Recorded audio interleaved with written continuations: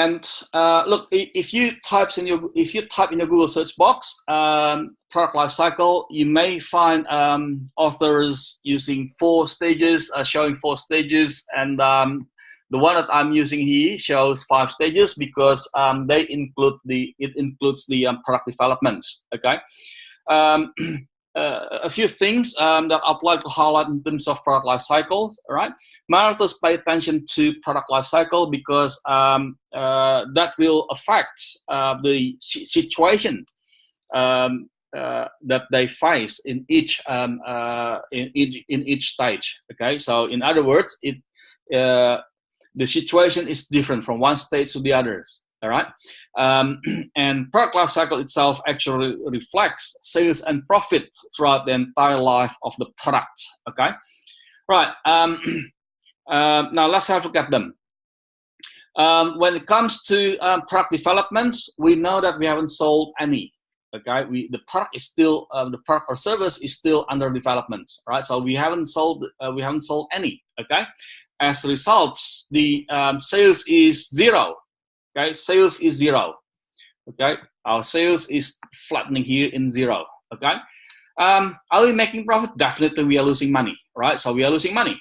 Okay, because we spend money in here. Okay, there are costs that we need to pay for when it comes to developing the product. Okay, the cost of developing the packaging design, for instance, the cost of designing the campaign, the cost of researching the product, researching the formula, right? Researching the customer's need, right? There are costs that we are paying for.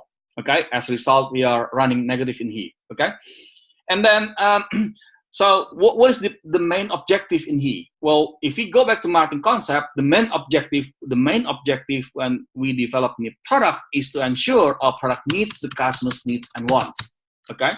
What will be the strategy? Well, we do research. Okay, we work with the stakeholders, right? We work with the stakeholders. Okay, we work with the stakeholders. We work with the R&D team. We work with the sales team. We work with the finance team. We work with the accounting team. We work with the procurement team. We work with the quality team, and so on and so forth, right? To ensure that we deliver the product that meets the customer's needs and wants. Okay, and then after we get the right product that we want to launch, then we introduce the product. This is the time when customers can access the product, the time when customers can find the product. Okay, so at introduction stage, if you look at that, our sales is still quite slow, actually quite low. Okay, now why is that? Well, the major reason here is because of the awareness. Customers may not be aware of the product. Okay, so customers may not trial the product yet. Okay, and that actually the main drivers that affect the objective of introduction.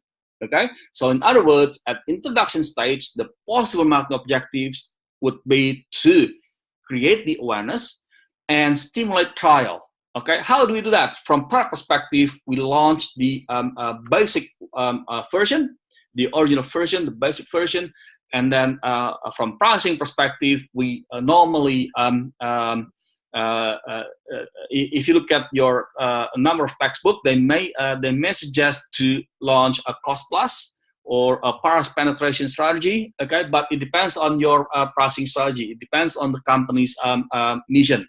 If the company is basically about a premium brand, then they may charge premium price. Okay.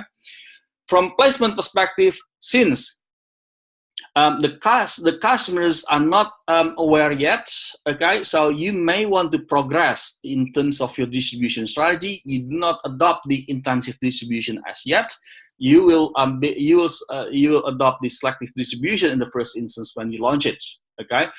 Target the main customers in the first instance, and then you expand it in the future stage, right? From promotion perspective, you do need to consider how you can raise the awareness, how you can stimulate consumer trials. If it is consumer product, for instance, you may run sampling activities to stimulate consumer trial, for instance. Okay, and so yes, that's basically the main points in terms of introduction. Now, not all products survive introductory stage, right? Some products survive, all right, before they go to a growth stage. Okay, they go to growth stage. Okay, what happens to growth stage? The products that survive introduction stage would go to growth stage. At growth stage, basically they have built their reputation, they have built the awareness, and from situation perspective, the cost per customer would drop because consumers purchase the products. More and more consumers purchase the product, driven by the awareness and trial, and as a result, they are making profits. Okay, so we have the blue line here, the profit line here, going up above the line. Okay, now since it is growing, okay, that may attract competitors to come in. Hey, that guy is making profit. That business is growing. Okay, think about products such as iPad, for instance. When they launch it, right, and people observe that, okay, well, it's growing. Why don't I do something like that as well? Why don't I offer something like that as well? Okay, so as a result here, they start attracting the competitors to come in here, right? So what would be the possible marketing objectives? Well, the possible marketing objectives in here include the maximizing market share, right? Maximizing market share. Okay, so we need to think about how we can maximize our market share, right? How do we do that? Well, why do we do that? Because we expect to dominate the market.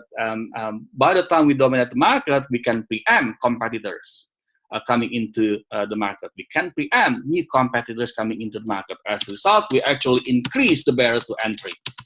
Okay, the barriers to entry in this category. Okay, because we try to maximize our market share. Okay, how do we do that? From a marketing mix variable perspective, from product perspective, we may launch the upgrade product. We may launch the next version. If you think about iPad, for instance, they launched the second generation of iPad after some certain point of time, and by that time they actually try to say, hey, look guys, we have the new generation of iPad, right? If you look at the others following us, they actually benchmark to our previous generation. Okay, now we have the new one.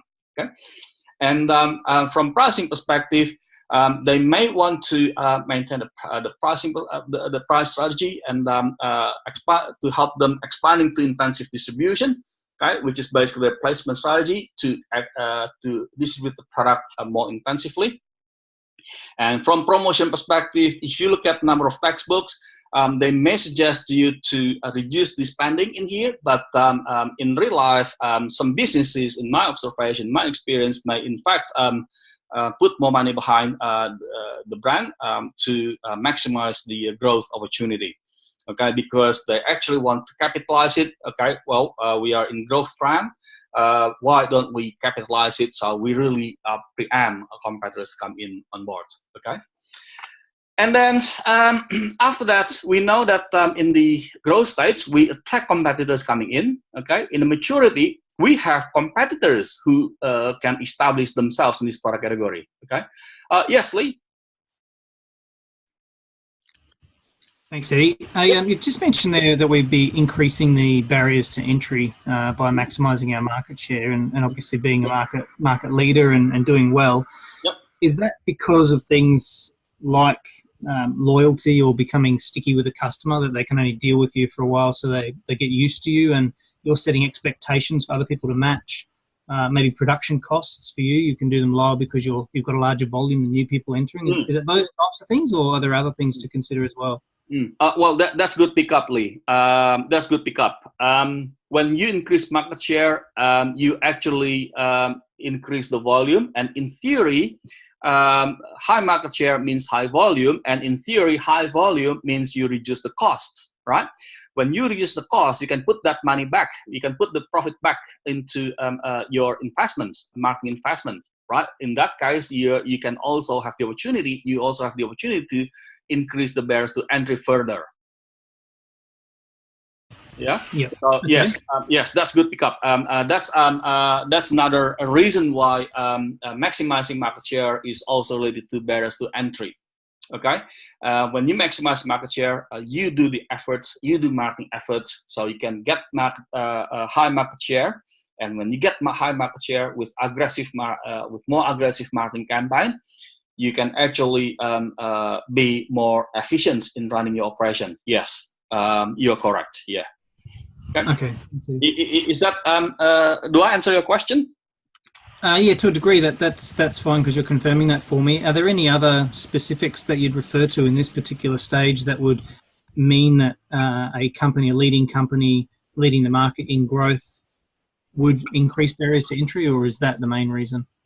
The increasing barriers to entry is actually probably at a more strategic reason, but the main reason when it comes to growth stage is actually to really maximize the market share. So they try to dominate the market because that will help them preempting the new competitors coming into that industry. Because if you think about you enter an industry, okay, if you dominate that industry, that will escalate as a side effect, if you like, and that will escalate the barriers to entry for new entrants to that industry. Okay, so what I'm trying to say in here is the main normally marketers in real life would think about the increasing market share, maximizing market share.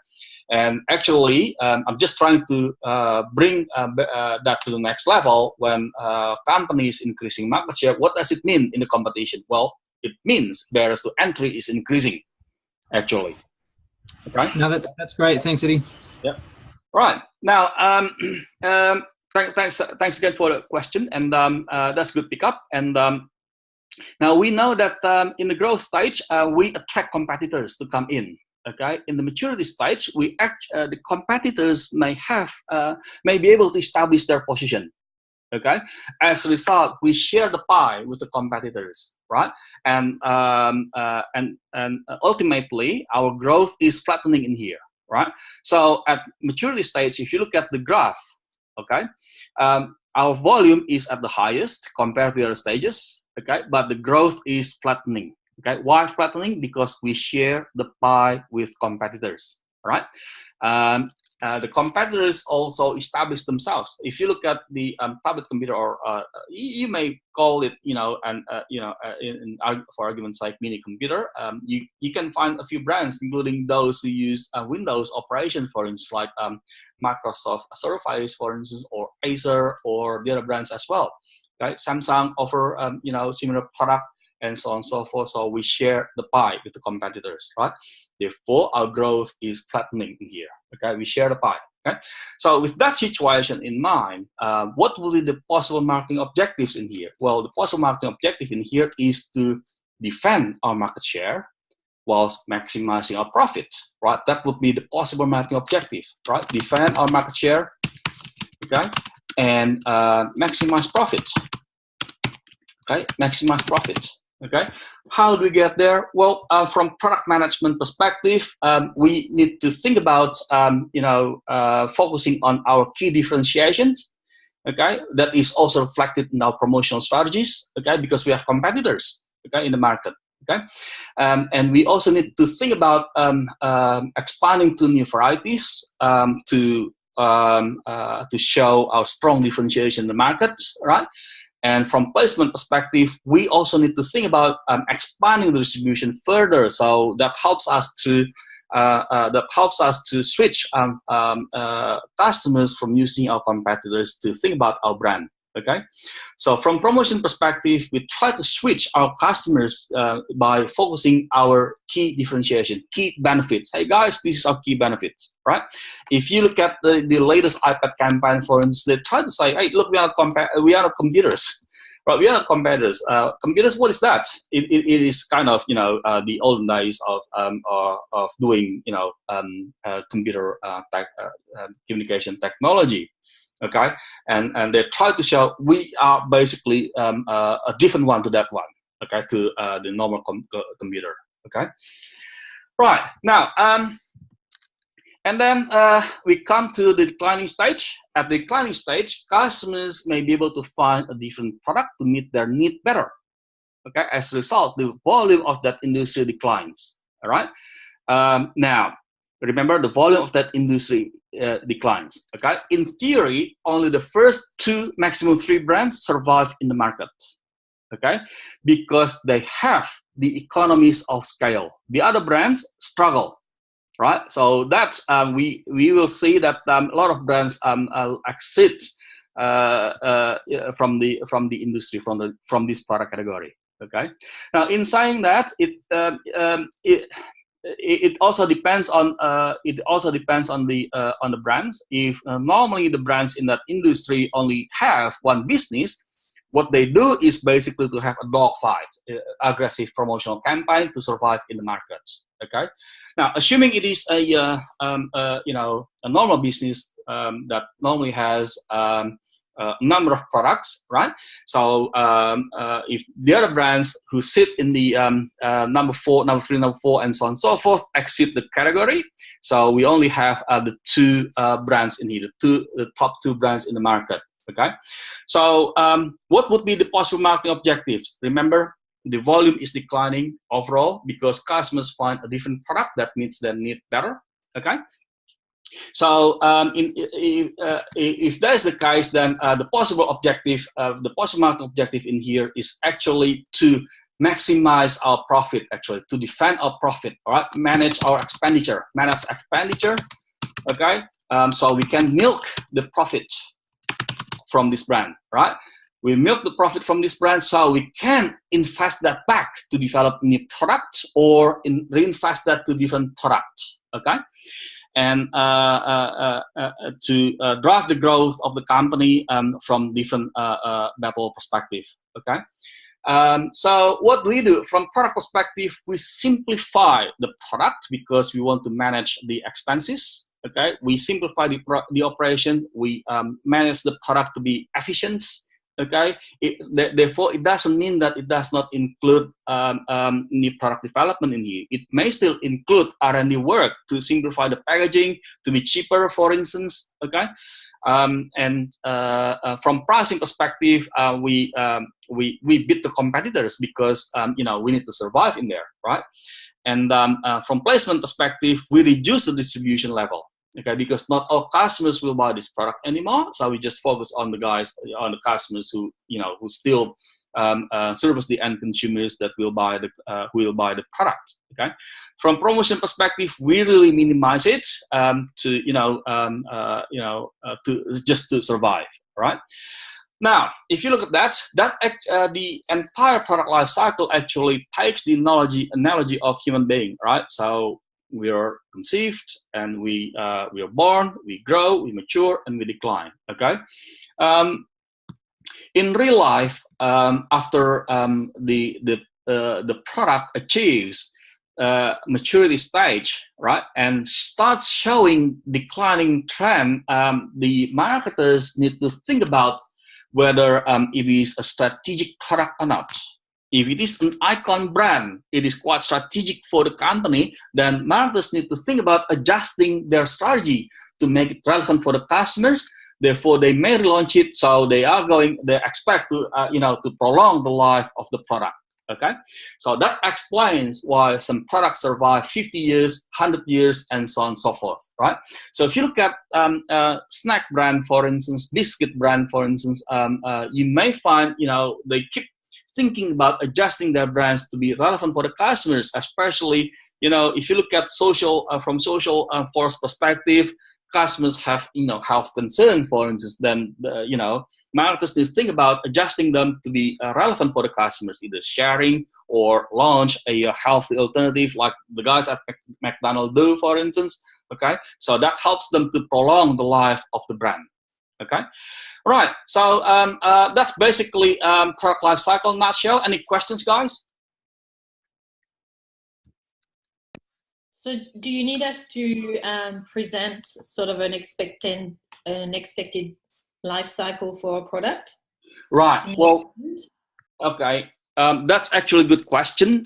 Look, for your product decision, at least if you can analyze the 3 levels of product, okay, the one that we discussed before the break, and the product life cycle. Actually, the reason I discussed the product life cycle is to give you a bit of ideas in terms of the marketing mix, the possible marketing mix variables, the direction for your marketing mix variables when you design them. Okay. Now, when you when you analyze your marketing mix variables, especially very likely if you look at this short scenario, it is in the context of expanding the business. Very likely it is in the introduction stage. Yeah. Yeah. Yeah. Okay. Is that okay? Does it help? Does it answer your question? Yes. Thank you. Yeah. Brilliant. All right. So now let's move on to the next topic. I'm going to share another file of mine. Oops. Okay. I think I need to exit from here. Okay, and share this one. Okay, can you see my PowerPoint slide now? Yep. Yes. Yeah, brilliant. Right, so these slides, these presentations, by the way, all presentations have been uploaded on the discussion forum, the same spots, right? I look at module 4, module 5, module 6. I've uploaded all files just last Friday, actually, okay? Now, this presentation is actually about price and placement, okay? Now, let's have a look at it. And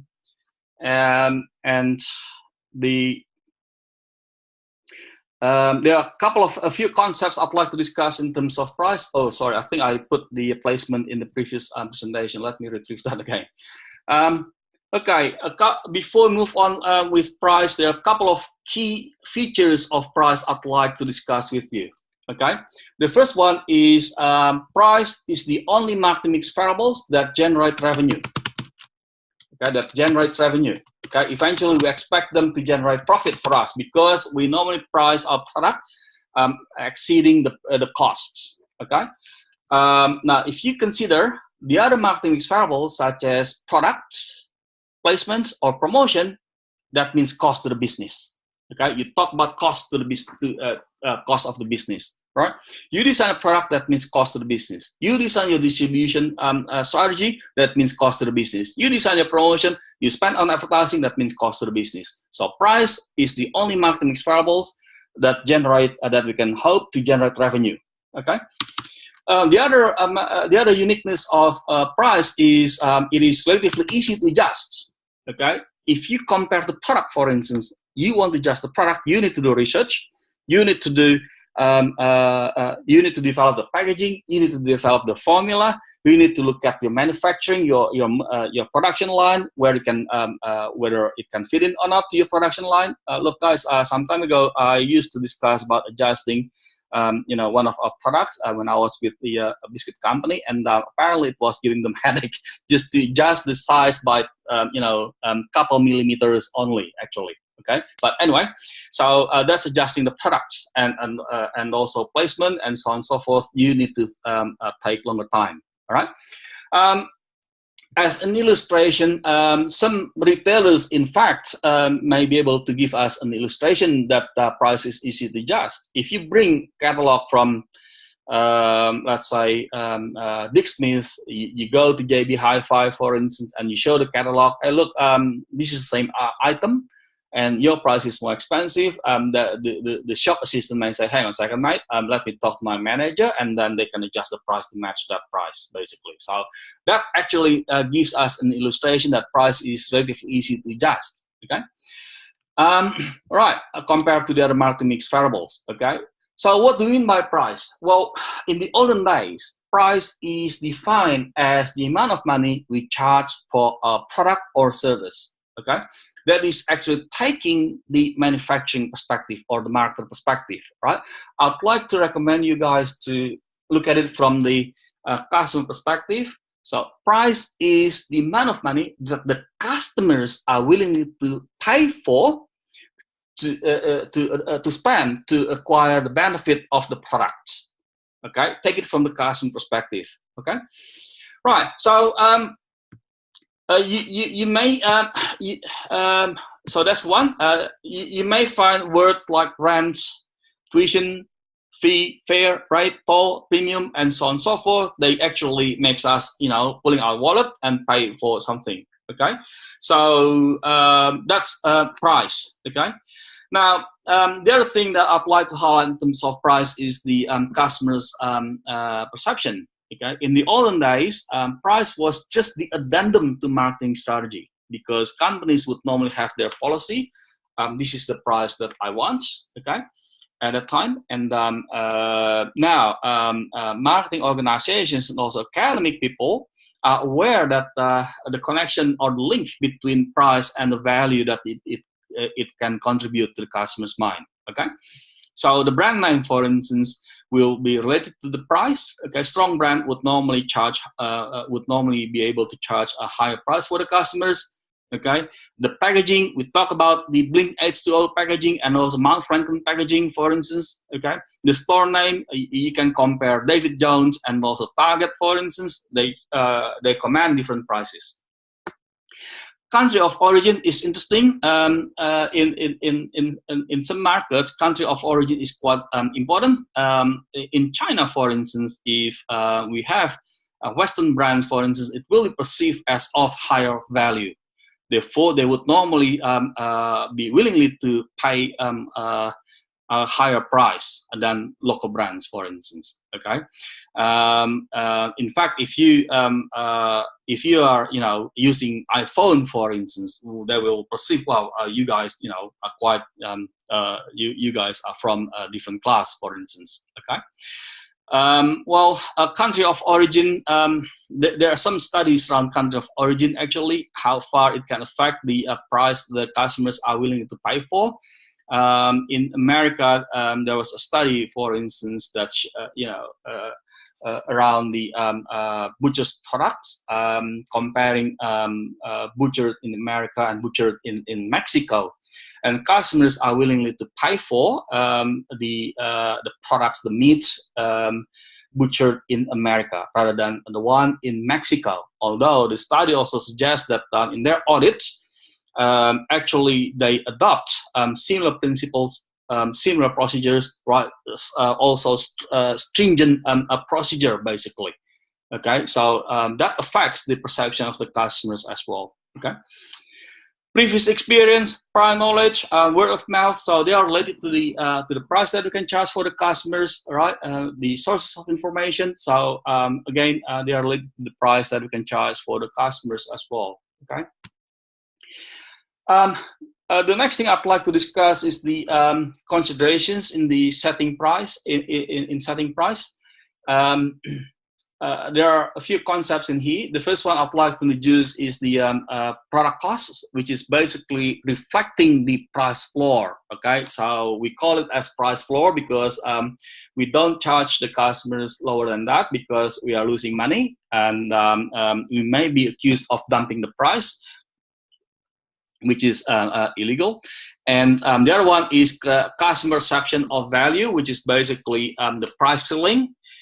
So we can't charge the customers higher than that, because if we charge the customers higher than that, although brand is quite strong, the customer may feel it is a ripoff. Okay, and in between we have the some other considerations such as our marketing strategy, strategic objectives, demand of the customers, competitors' pricing strategies, the economy, and some other factors as well. Okay. All right, so they are basically considerations setting the price, which is quite actually quite complicated when it comes to setting the price. And all right, so this is the concept I'd like to introduce to you to consider when it comes to analyzing your price. First, please discuss whether you are adopting your customer value-based, cost-based, or competition-based pricing strategy. Okay, customer value-based pricing strategy actually starts with the with how the customer perceives the product. Okay, and normally we do research to find out whether it is worth certain dollar. Okay, and cost-based pricing is actually related to the cost of making the product, and we top up with certain level of markup.